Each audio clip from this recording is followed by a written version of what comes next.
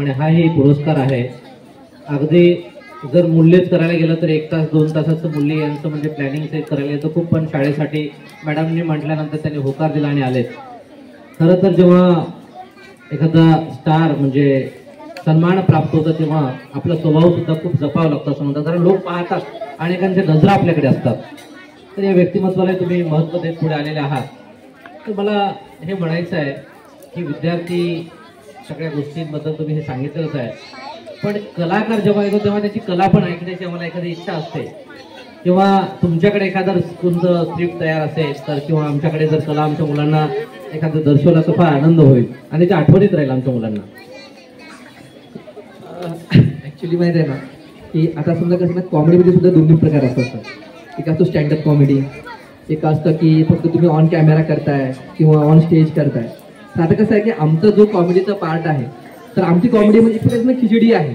किंवा समजा आपण असं म्हणतो की एक समजा वांग्याची भाजी आहे. आता तुम्ही समजा म्हणता की वांग्याची भाजी कशी बनणार, तर वांग्याच्या भाजीमध्ये सगळ्यात महत्त्वाचं काय असतं, वांग. परंतु असं नाही, फक्त वांग्याने भाजी होणार नाही, सोबत तुम्हाला चटणी पाहिजे, तेल पाहिजे, कढई पाहिजे, ते गरम सुद्धा पाहिजे. तर त्याप्रकारे जसं माझी कॉमेडी जी आहे, तर माझ्या कॉमेडीमध्ये ना काय असतं की सोबत एक को ॲक्टर आहे, एखादी स्क्रिप्ट आहे, ते बिहाइंड द सीन वेगवेगळे चेंजेस आहेत, ती म्युझिक आहे. तर तिथून तो जोक बनतो आणि तिथून त्या लोकांना म्हणजे पूर्ण हे मिश्रण आहे. आणि मोस्टली असं म्हणजे एखादं जोक सांगून लोकांना हसवणं असं म्हणजे म्हणजे मॅडम समजा आमचं बोलणं झालं होतं. मॅडम मला म्हणजे की तुम्हाला यायचं आहे काय ते सांगायचं. मॅडमला म्हणलं मॅडम की यार म्हणजे असं काही मी कधी जाऊन माईक हातामध्ये घेऊन असं कॉमेडी तर काही करत नाही, असं काय येत म्हणजे एखादं हसून कसं करणार आहे. तर काही नाही, कॉमेडी म्हणजे जनरल असतं. आणि असं स्पेसिफिकली एखादं समजा असं की एखादं जोक मी सांगणार आणि तुम्हाला वाटणार, तर असं काही नाही आहे. ते जोकली आमचं जे आहे ते पूर्णतः सगळं असं तर त्यातून हसू येतं. आणि कॉमेडी सांगायला गेलं तर काय, तुम्ही घरी जा, आपापल्या आई वडिलांचे मोबाईल घ्या, माझा अकाउंट ओपन करा, गिरी गजानन फॉलो करा, सबस्क्राईब करा आणि पूर्ण ID बघा. अगदी खूपच छान, अतिशय खेळीमेळीच्या वातावरणात कोणाकोणाला ऐकायला आवडलं? खरंच आवडलं का? नाव काय सरांचं नाव काय सांगा नाव? तर खरंच म्हणजे आम्हाला सांगताना आनंद होतो की एका शिक्षकाला विद्यार्थी शाळेपुरतं लक्षात ठेवतात, पण एखादा असा कलाकार असतो की त्याला सगळे शाळेतले विद्यार्थी पालक सगळे लक्षात ठेवतात, पाहतात. ही खूप म्हणजे निसर्गाकडून मिळालेली गोष्ट आहे. तर तो म्हणल्यावर होत नाही. तर मुलाखतीच्या मी शेवटी एक विचारून मी थांबणार आहे की आयुष्य खूप सुंदर आहे, त्याला अधिक सुंदर करता आलं पाहिजे. तुम्ही आता प्रशासनासोबत किंवा यांच्यासोबत किंवा सोशल, आता अनेक म्हणजे प्रशासन कलेक्टर सुद्धा संपर्कात आहेत, प्रोफेशनल लोक सुद्धा संपर्कात आहेत, सोशल लोक सुद्धा संपर्कात आहेत.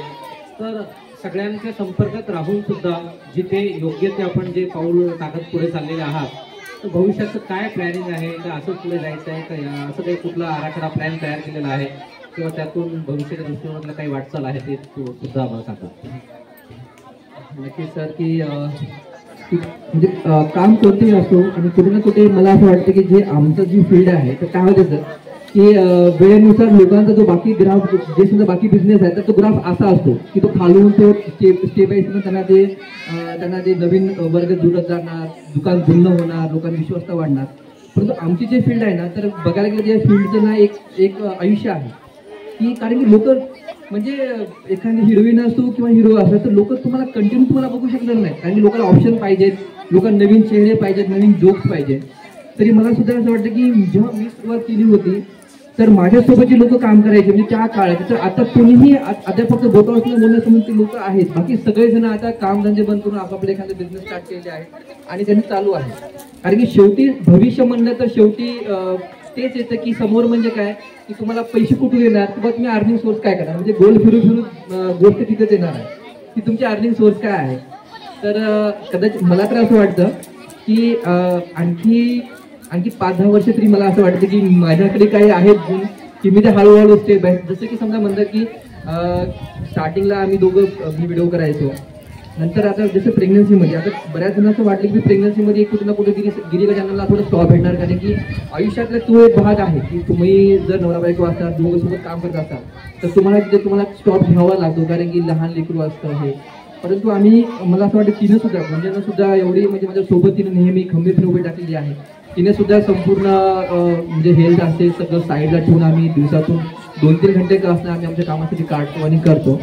तर येणाऱ्या काळामध्ये असं मला वाटतं की आम्ही दोघं आता आहोत, तर बऱ्याच जणांना गार्गी माहीत असेल, आमची छोटी मुलगी, तर तिने सुद्धा आहे आणि आता नवीन कॅरेक्टर आहे. तर हळूहळू आम्ही इथून हा जो प्रवास आहे येणाऱ्या 5 वर्षापर्यंतचं आमचं ब्ल्यू प्रिंट जसं म्हणतो आपण तयार आहे की 5 वर्ष तरी आम्हाला इथेच राहायचं आहे. आफ्टर 5 इयर आमचं आहे की पुणे किंवा बॉम्बे आम्ही शिफ्ट होणार आणि त्यानंतर आम्ही मग नाटकी क्षेत्र जे असतील तर ते कुठे ना कुठे समजा आता बरेच लोक संपर्कामध्ये सुद्धा आहेत आणि काही समजा म्हणजे काही ऑफर सुद्धा असतात आम्हाला की सर सिरियलमध्ये हा रोल आहे तो आहे. परंतु सध्या मला असं वाटतं की इंडस्ट्रीमध्ये न जाता, कारण की इथे कसं इथे मीच डायरेक्टर आहे, मीच प्रोड्युसर आहे, मीच ॲक्टर, म्हणजे संपूर्ण सत्ता माझ्या हातात आहे. पण जेव्हा समजा आम्ही मुंबईला जाऊ किंवा पुण्याला जाऊ तर तिथे काय होतं की तिथे गेल्यानंतर मग तुम्हाला तुमच्या म्हणजे काही म्हणजे जर काम भेटलं तर तुम्ही करा, नाहीतर नाही. तर काही दिवस एक फायनान्शियली फ्रीडम जेव्हा पूर्ण असं तर आता पण आलेलं आहे, पण काही दिवस मी थांबून आणली एक 5-6 वर्षी तर राहणार, त्यानंतर आफ्टर पुणे किंवा मुंबई जाणार आहे. अगदी मुलांनो, सरांनी सांगितल्याप्रमाणे आता चित्रपटाच्या ऑफर्स आहेत आणि अनेक मालिकांच्या ऑफर्स आहेत. भविष्यामध्ये हे मोठ्या पडद्यावरती सुद्धा आपल्याला पाहायला मिळणार आहेत. आणि आज आपल्याला आपल्या शाळेमध्ये अगदी त्यांनी त्यांच्या आयुष्यातला पूर्ण प्रवास न लपवता, न थांबता, न लाजता बिनधास्त सांगितलेलं. अशीच माणसं आम्हाला आवडतात आणि मुलांना पण आवडतात. आणि खरोखरच आयुष्य म्हणजे आपल्या स्वतःच्या कष्टानेच उभं राहायचं असतं आणि त्यामध्ये पुढे भविष्यामध्ये जायचं असेल तर हिंमत ठेवावी लागते, आत्मविश्वास कायम ठेवावा लागतो. फसायचं कधीही नाहीये. आपण जोपर्यंत आहोत तोपर्यंत आपल्याला यशस्वी होता येतो, हा संदेश पण सरांनी दिलाय. तर मी मुलाखतीचा तिथे पूर्ण रंग देण्यापूर्वी शाळेचे मुख्याध्यापक सरांना विनंती करतोय की आपण सरांचे आभार व्यक्त करावे. मुलाखत आवडली असेल तर जोरदार टाळ्या.